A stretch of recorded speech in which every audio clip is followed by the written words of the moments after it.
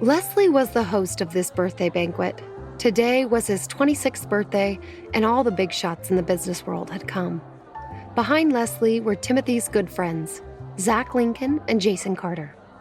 They had formed a bond that was deeper than just friendship, more like brothers, and often referred to each other in birth order. Zach was the first, Jason was second, and Timothy came in third, while Leslie was the youngest. He had only come to Harburton to develop his business in the past 2 years, and he had befriended the three brothers. Zach's father was a soldier, and he also held a high position in the army. Jason's family had been doctors for generations, and most of the hospitals in Harburton belonged to his family. Timothy was in charge of a real estate empire, while Leslie oversaw a well-renowned jewelry company. Leslie was a jewelry designer, and of course, among the four of them, he was the most lively. Leslie put his arms around his brother's shoulders. He smiled devilishly and asked, "My sister-in-law just left a few minutes ago. You want to start thinking about her?" Timothy looked at Leslie with his cold eyes and did not say anything. He just threw Leslie's arm to the side in disgust. "After my sister-in-law left, my man didn't even have a smile on his face. As expected, I have no place in your heart." Leslie held his chest and his face contorted into a sad expression. Zach stood by the side and quietly looked at Leslie. He did not pay attention to him. Jason took a sip of champagne and asked Timothy, "Tim, I studied Melissa's condition last week. She was fine. She was just too weak. She just needed to take good care of herself. Was she tired today?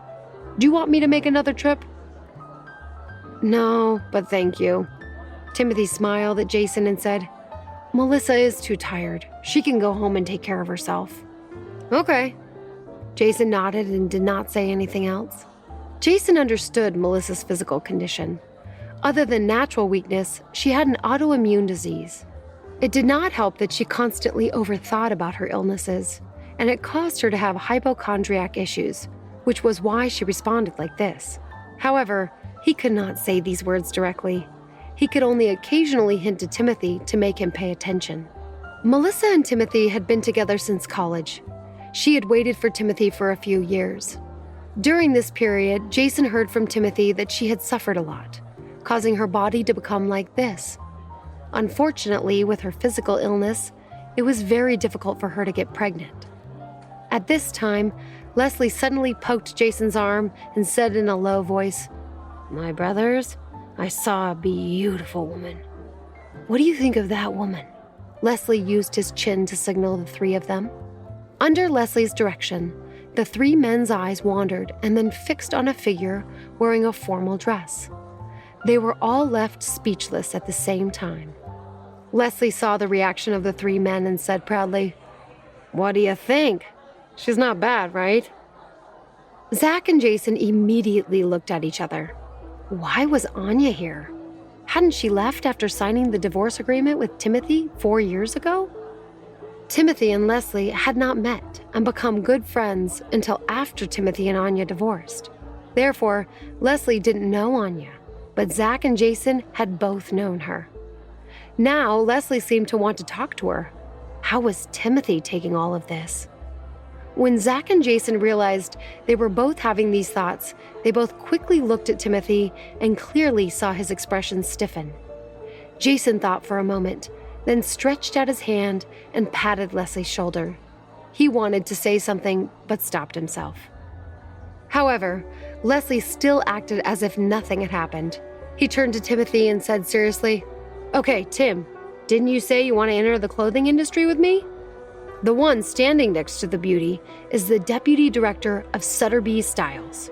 He is following in the footsteps of his father, old Mr. Sunderby. My dad and I have met him before. Let's go and introduce ourselves. Vice president? The general manager of Sunderby Styles?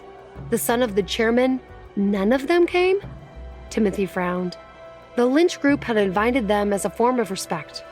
Why did they only send one vice president? Old Mr. Sunderby called my dad. He said he was not feeling well. The new general manager seemed to have other matters to attend to. He called me personally to apologize. That's why it's not a big deal. Leslie shrugged and said, I believe the son of the old man is named Quentin. I don't know him, but my sister, Alexandria, keeps talking about him in front of me every day. Leslie sighed. I don't know what strengths Quentin has. However, he has captivated my arrogant little sister. When she heard that Quentin had returned to Harburton, she made a fuss and wanted to come back from abroad. She even said that she wanted to work at Sutterby Styles. When my dad heard that, he wondered why there was such a response from someone so entitled. That's why I locked her up at home. However, I remember Quentin. Leslie had said so much, but Zach and Jason did not listen to him at all, because they were still imagining what it would be like for Timothy and Anya to meet. After Leslie finished speaking, he realized that no one responded to him, so he turned his head in confusion. In the end, Leslie saw that not only Jason, but even Zach had been staring at the woman he was interested in. It can't be, right? Zach, even you, the soldier who was married and had children, are interested in other women? Leslie looked at his three brothers with strange expressions on their faces and teased. Zach quickly retracted his gaze and looked up at him. Shut up. All right, then. Then you guys just wait here. I'm going to take action. After Leslie finished speaking, he did not notice the stiff expressions on the face of the three men. He walked straight towards Anya and David. Leslie, hello! David saw Leslie walking toward him from afar. He quickly went forward to welcome him and greeted him warmly. Anya was already by David's side, so she naturally followed him to greet him. David, long time no see. Leslie nodded slightly at David, then nodded at Anya in a gentlemanly manner. Mr. Lynch, you still remember me. I'm really flattered. A smile immediately appeared on David's face as he joked with Leslie. When will Quentin finish his work? I still want to make his acquaintance, Leslie smiled. He had originally planned to bring Timothy along and set up a cooperative agreement with Sunderby Styles. In the end, the general manager of Sunderby Styles had been replaced by old Mr. Sunderby's son. When Leslie heard this news, he planned to look more deeply into the business first. He had heard from his sister Alexandria that Quentin had a master's degree in clothing design and corporate management. But in reality, he still had to wait and see how capable Quentin would be leading the company. After all, he and his brother Tim would be collaborating on quite a large investment this time. Quentin went to England to receive an international award for fashion design. When he came back, he found out his mentor was sick, so he delayed his return. David explained seriously. He said that it was his regret he wouldn't be able to attend your birthday banquet. Don't be so polite. Anyways, our two companies are going to collaborate on some projects in the future. We are not in a hurry. Leslie and David had had enough small talk. He patted his shoulder and turned his eyes to Anya. Leslie looked at Anya's beautiful peach blossom eyes and asked, Miss, may I know your name? Hello, Mr. Lynch. I'm Anya. I'm the fashion designer of Sutterby Styles. Anya smiled at Leslie and introduced herself appropriately. Anya. Leslie repeated Anya's name and showed the unique and ambiguous smile of a young rich man. Of course, Anya knew the meaning behind Leslie's smile. She only smiled back at him. Leslie! Jason quickly came to Leslie's side. He looked at Anya and then said to Leslie, I have something to tell you. Do you have to tell me right now? Leslie looked at Jason. His eyes said, Why are you disturbing me now? Anya also saw Jason. Wasn't he Timothy's good friend? The one he called brother? Why was he with Leslie? Anya thought about it. As long as Jason and Timothy do not cause trouble for her, it would be fine.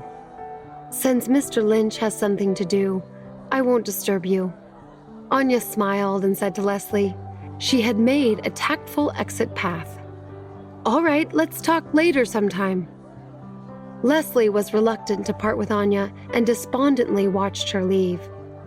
Once she left, he immediately complained, Jason, tell me exactly what this is all about.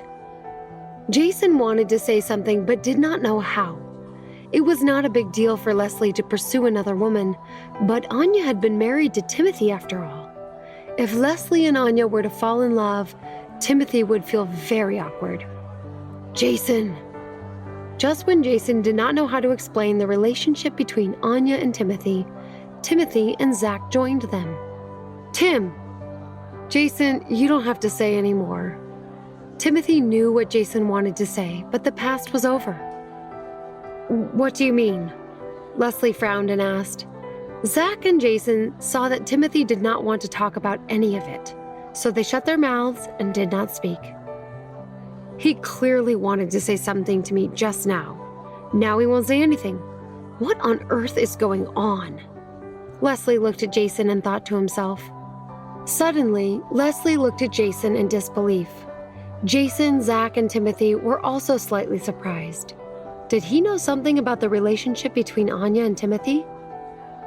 What are you thinking? Jason asked. Did you fall in love with that beautiful woman just now? Leslie shook his head in disbelief and voiced his speculation. Jason did not know whether to laugh or cry when he heard what Leslie said. He shrugged.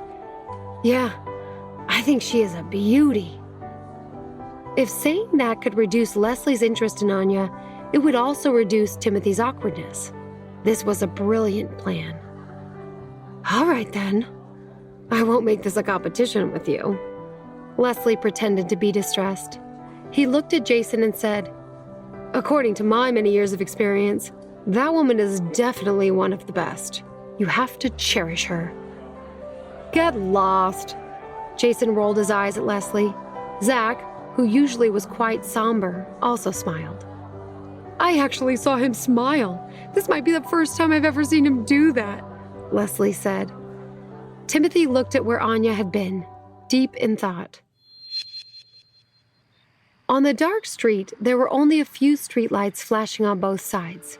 It was already past midnight, and there were many cars coming and going. The dim light made Anya feel irritated. The city felt so overwhelming. She tightened her collar and quickened her pace as she walked toward her apartment. The only sound left on the empty streets was the echoing sound of her high heels hitting the ground. Anya opened the door of her apartment and habitually pressed the switch. However, the room remained dark. Only then did she remember that's because she owed money. The landlord had already turned off the electricity. She had forgotten to pay the rent again. But this time, Anya could not immediately pay the rent because she was unemployed now. Anya laughed at herself and took off her clothes to hang on the wall. Anya, your performance during the internship was not bad, but your design style is not suitable for the style of our clothing company. I'm sorry, we've decided to go in a different direction. This sentence reverberated in Anya's mind for a long time. She could not believe it. She had been transferred to Harburton by Sunderby Styles from Serene City. But because she met Timothy at the banquet, she had lost her job. Anya smashed the draft and her briefcase onto the table. She looked coldly at her hard work in the dim light. She had spent a long time researching the clothing style route and market trends of Sunderby Styles. She had spent nearly a month coming up with these design drafts. She could not believe she had not actually been hired. What exactly was going on? Why did things suddenly become so terrible? Anya could not figure it out. She did not have any conflicts with her colleagues, and David was very satisfied with her. Why was she suddenly fired? Currently, Quinton of Sunderby Styles was still in England, and Anya had not had the chance to see him. She also had not had the chance to know what was behind her getting fired. Anya took off her clothes and walked into the bathroom. She began to recall what had happened since she had run into Timothy.